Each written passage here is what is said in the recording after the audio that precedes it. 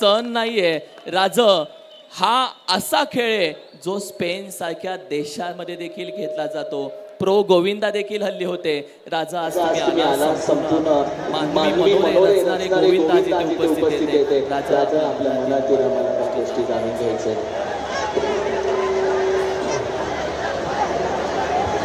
यानंतर काही क्षणात आपण महाराष्ट्राची लावण्य होती.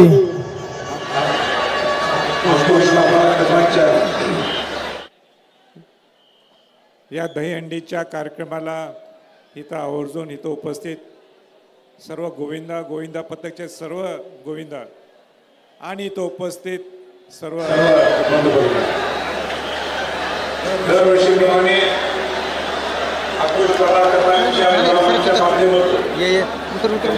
माध्यमातून दहीहंडी आयोजित केली जाते. मागचे 2 वर्ष सुद्धा मी आलो होतो आणि यावेळी एवढी प्रतिकूल परिस्थिती असताना, पाऊस असताना सुद्धा एवढ्या मोठ्या संख्येने इथं उपस्थित आहेत. यावरनच एक लक्षात निश्चित येते की आपली परंपरा ही जीवित राहायला पाहिजे.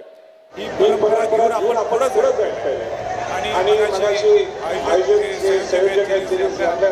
आपल्या भाषणात बोलून दाखवलं की एक साथ म्हणजे अंकुश कदमांना ताकद देण्यासाठी हा सगळा आला.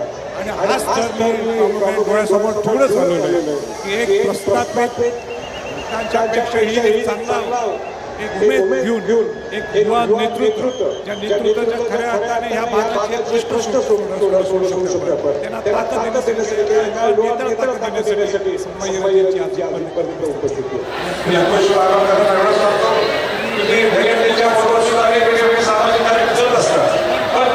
समाज आपला घटक आहे. या घटकाला कधी न विसरता बाकी राजकारण काय होईल, पण आपण आपलं काम करत राहायला पाहिजे. आपण समाजाला चांगलं प्रबोधन करायला पाहिजे. आपण समाजाला एक चांगली वेगळी दिशा द्यायला पाहिजे. अशा दृष्टीने तुम्ही काम करत राहा.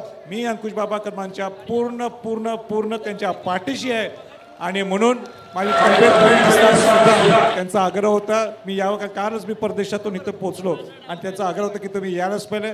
म्हणून 1-2 मिनिटं मी म्हटलं तर येऊन जातो. आणि मी परत एकदा अंकुश कदमांच्या सर्व